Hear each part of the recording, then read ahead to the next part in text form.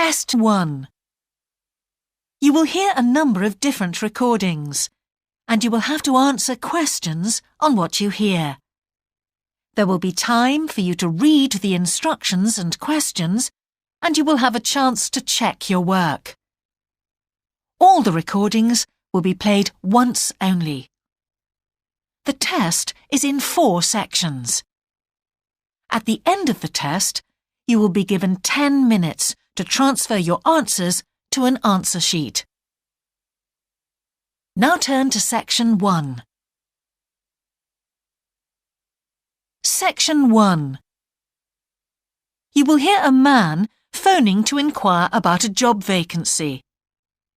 First, you have some time to look at questions 1 to 4.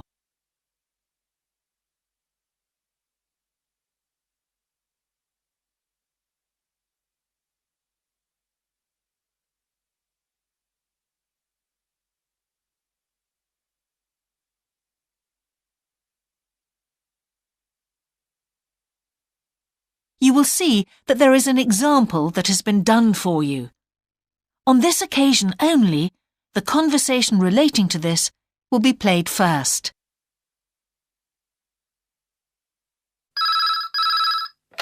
Good evening, King's Restaurant. Good evening. I'm ringing about the job I understand you have vacant. Oh, yes. The job vacancy is at a restaurant, so a restaurant has been written in the space. Now we shall begin. You should answer the questions as you listen, because you will not hear the recording a second time. Listen carefully and answer questions 1 to 4.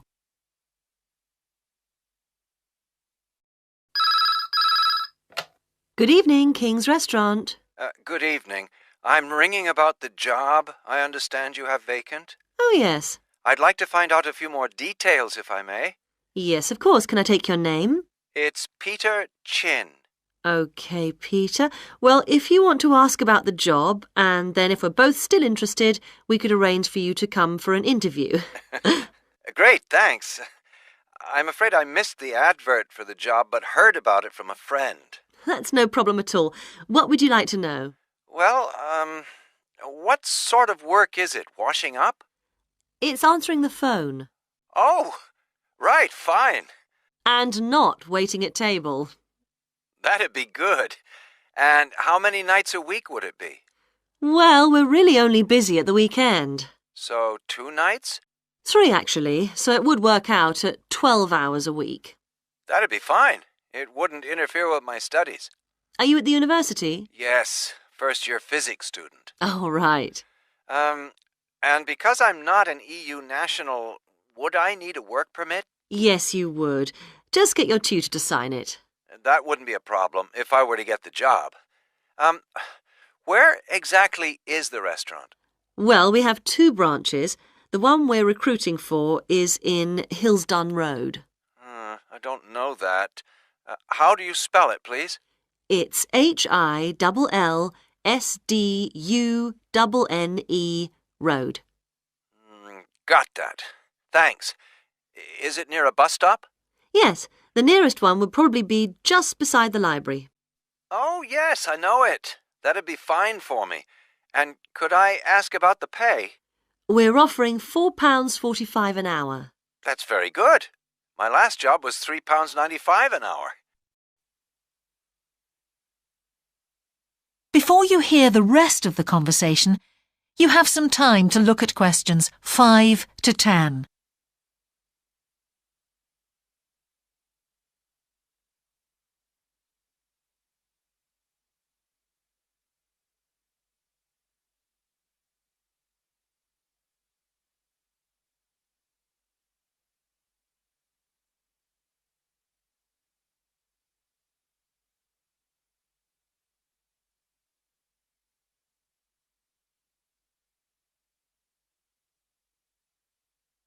Now listen and answer questions 5 to 10. We feel it's pretty good, and we also offer some good fringe benefits. Really? Well, we give you a free dinner, so you eat well. Right. Better than hostel food. We certainly hope so. And we also offer extra pay for working on national holidays. Oh, that's a really good perk, isn't it? Yes, we think so. And then because of the difficulties of getting public transport, if you're working after 11 o'clock, we drive you home. Oh, that's good to know. Well, we'd certainly be interested in inviting you for an interview, if you're still interested. Oh, yes, certainly. Could I just also ask what qualities you're looking for?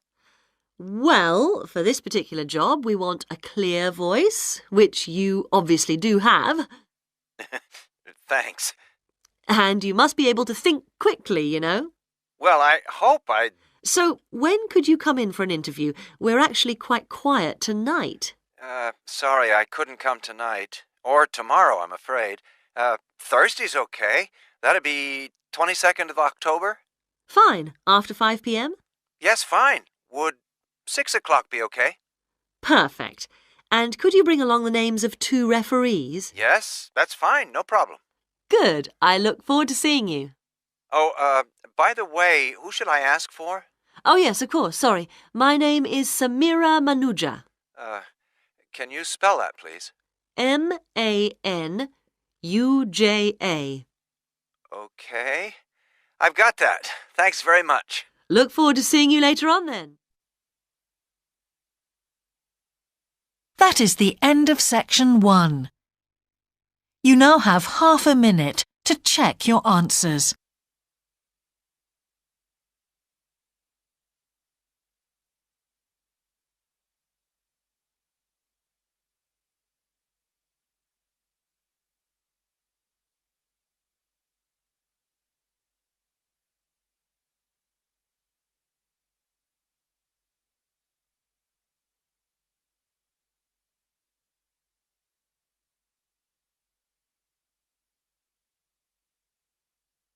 Now turn to section 2.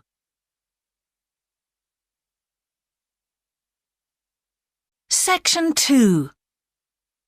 You will hear part of a radio programme about the opening of a new local sports shop. First, you have some time to look at questions 11 to 16.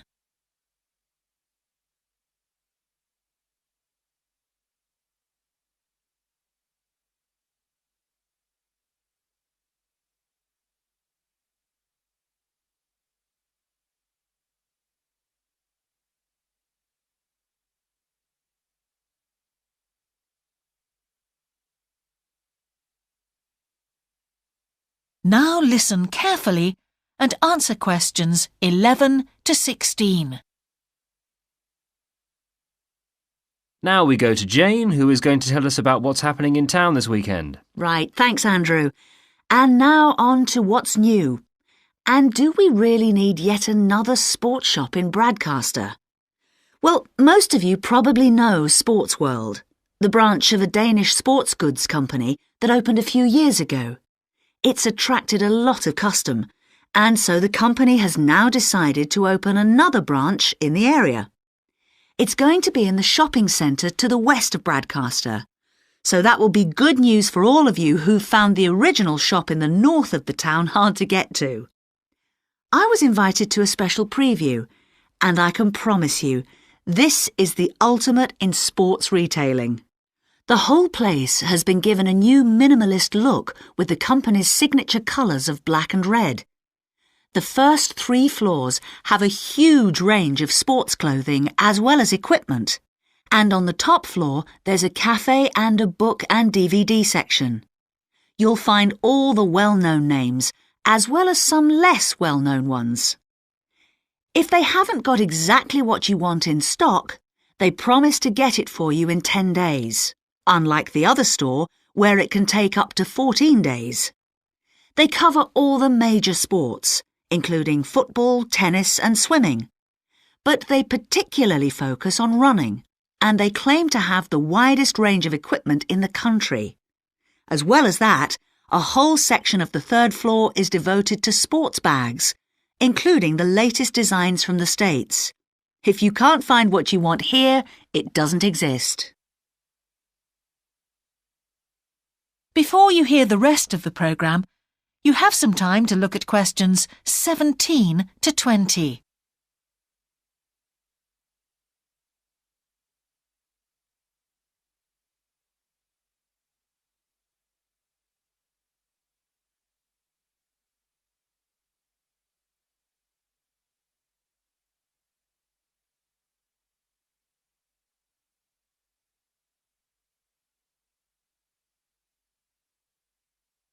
Now listen and answer questions 17 to 20.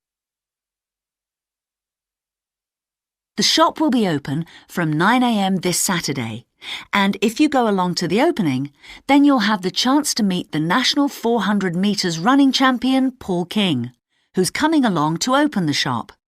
And he will be staying around until about midday to chat to any fans who want to meet him and sign autographs. Then there will be a whole range of special attractions all weekend. There will be free tickets for local sporting events for the first 50 customers, and also a special competition open to all. Just answer 15 out of 20 sports questions correctly to win a signed copy of Paul King's DVD Spring Tips, while the first person to get all the questions correct gets a year's free membership of the Bradcaster Gym. All entrants will receive a special sports calendar with details of all Bradcaster fixtures in the coming year. One of the special opening offers is a fitness test, a complete review of your cardiac fitness and muscle tone, actually done in the shop by qualified staff. This would normally cost £30, but is available at half price for this month only. There are only a limited number of places available for this, so to make a booking, phone 560 341. In addition, if you open an account, you get lots more special offers, including the chance to try out equipment at special open evenings. That is the end of section 2. You now have half a minute to check your answers.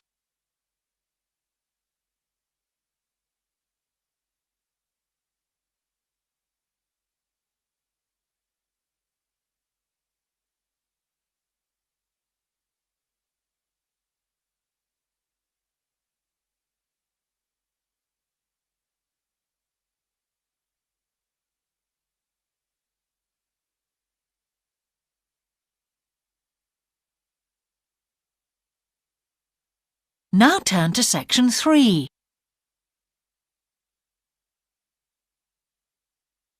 Section 3. 2 overseas students called Spiros and Hiroko have just finished the first semester of their university course. They are discussing with their English language teacher how they coped with the course. First, you have some time to look at questions 21 to 25.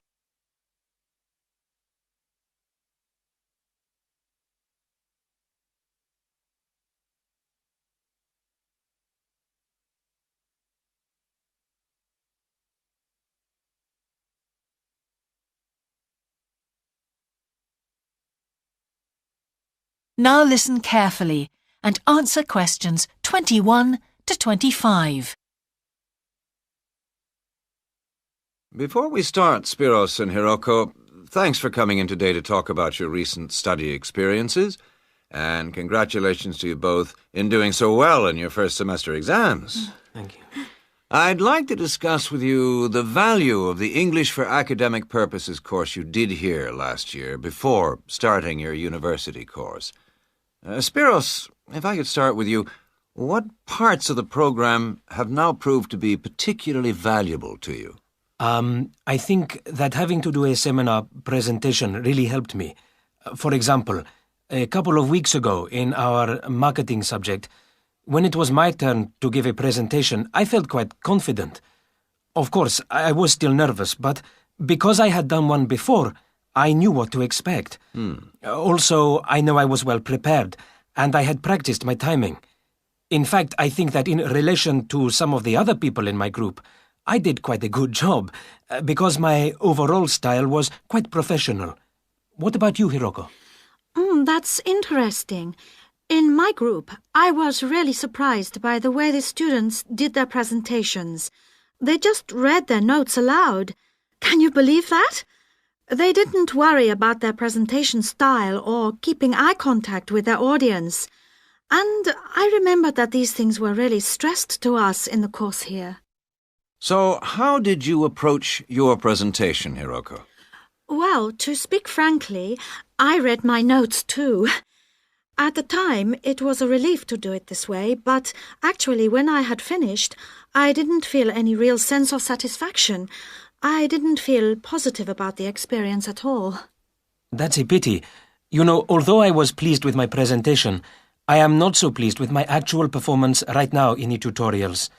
During the whole semester, I've not said anything in our tutorial discussions. Not a word. Really, Spiros? Why's that? Do the other students talk too much?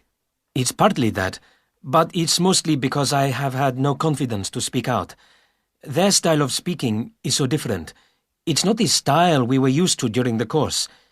They use so many colloquialisms. They're not very polite, and sometimes there seems to be no order in their discussion. Also, they are very familiar with each other, so because they know each other's habits, they can let each other into the discussion. You're right, Spiros.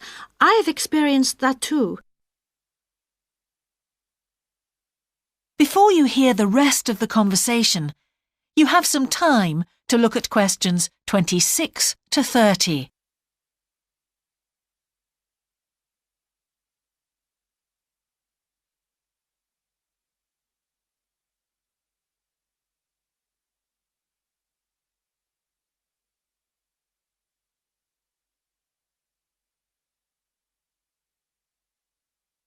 Now listen and answer questions 26 to 30. For most of this semester, I've said absolutely nothing in tutorials. But recently, I've been trying to speak up more, and I just jump in. And I've noticed an interesting thing. I've noticed that if they thought my point was interesting or new, then the next time they actually asked for my opinion. And then it was much easier for me to be part of the discussion. Oh, that's great, Hiroko. I hope that happens for me next semester. I'll have to work hard to find some interesting points. What helped you to find these ideas? I think that one thing that helped me with this was the reading. I've had to do so much reading this semester just to help me make sense of the lectures. At first, I couldn't understand what the lectures were talking about, so I had to turn to the books and journals. Every night I read for hours, using the lists of references that were given, and I made pages of notes. At breakfast, I read and read my notes again. This habit has helped me to follow the ideas in the lectures, and it's also given me some ideas to use in the tutorials. But I did so much reading anyway. I don't think there's any time left over for anything extra. My reading speed is still quite slow, though I'm much better at dealing with vocabulary than I used to be. What else do you think we could add to the course program to help with this reading problem? There's not really anything because it's my problem. I remember we were given long articles to read. We didn't like that, but now I realize that reading those long articles was good preparation for the things I need to read now. Also, in class, we regularly had speed reading tasks to do, and we kept a record of our reading speed, so the teachers were encouraging us to work on that. That's true, Spiros, but what we read could have been different. Sometimes in the English class, I felt frustrated when I had to read articles about the environment or health or education, because I wanted to concentrate on my own field, but we didn't read anything about engineering. So I think I wasted some time learning vocabulary I didn't need. But surely the strategies you were taught for dealing with that vocabulary were helpful? Yes, but psychologically speaking, I would have felt much better working on reading from my own field. What do you think, Spiros? Oh, I agree. That would have helped my confidence too, and I would have been more motivated. It was good, though, that we could work on our own topics when we wrote the research assignments. Okay, let's move on to writing now. That is the end of section 3. You now have half a minute to check your answers.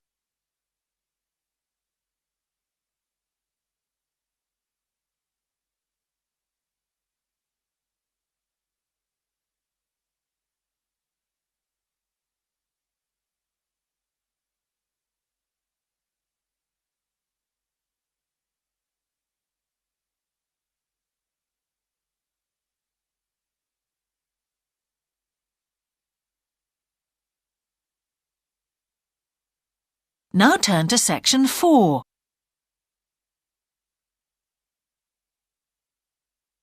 Section 4. You will hear part of a lecture about a problem related to the behaviour of certain sea creatures. First, you have some time to look at questions 31 to 40.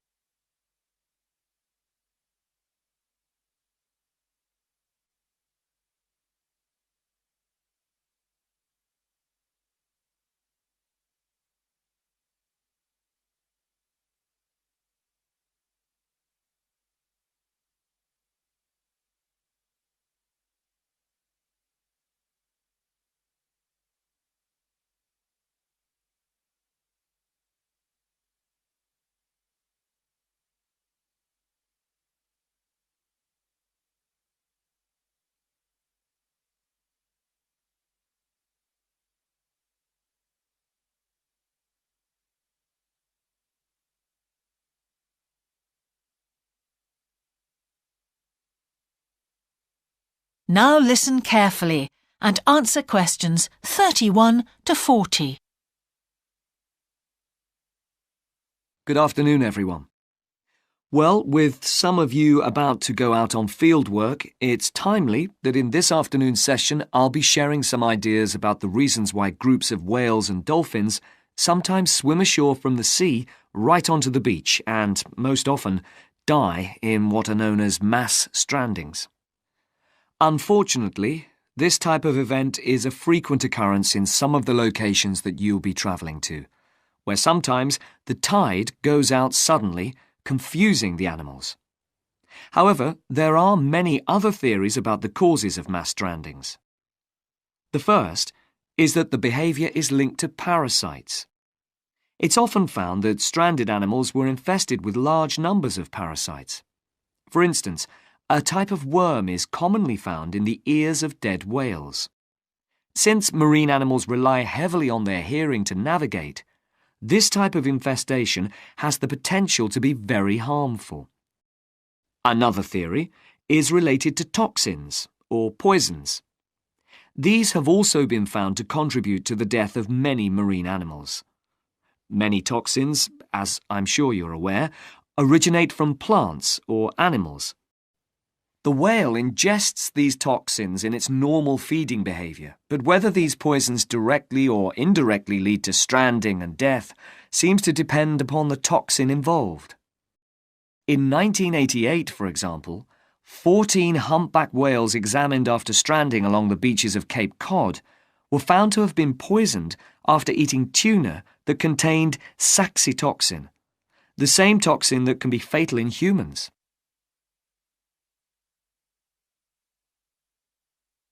Alternatively, it has also been suggested that some animals strand accidentally by following their prey ashore in the confusion of the chase. In 1995, David Thurston monitored pilot whales that beached after following squid ashore. However, this idea does not seem to hold true for the majority of mass strandings because examination of the animal's stomach contents revealed that most had not been feeding as they stranded. There are also some new theories which link strandings to humans. A growing concern is that loud noises in the ocean cause strandings. Noises such as those caused by military exercises are of particular concern and have been pinpointed as the cause of some strandings of late. One of these, a mass stranding of whales in 2000 in the Bahamas, coincided closely with experiments using a new submarine detection system. There were several factors that made this stranding stand out as different from previous strandings. This led researchers to look for a new cause. For one, all the stranded animals were healthy. In addition, the animals were spread out along 38 kilometres of coast, whereas it's more common for the animals to be found in a group when mass strandings occur.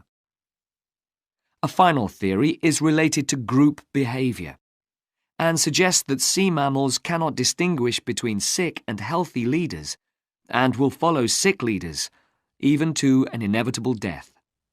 This is a particularly interesting theory, since the whales that are thought to be most social, the toothed whales, are the group that strand the most frequently. The theory is also supported by evidence from a dolphin stranding in 1994. Examination of the dead animals revealed that, apart from the leader, all the others had been healthy at the time of their death. Without one consistent theory, however, it is very hard for us to do anything about this phenomenon except to assist animals where and when we can. Stranding networks have been established around the world to aid in rescuing animals and collecting samples from those that could not be helped. I recommend John Connor's Marine Mammals Ashore as an excellent starting point if you're interested in finding out more about these networks or establishing one yourself. That is the end of section 4. You now have half a minute to check your answers.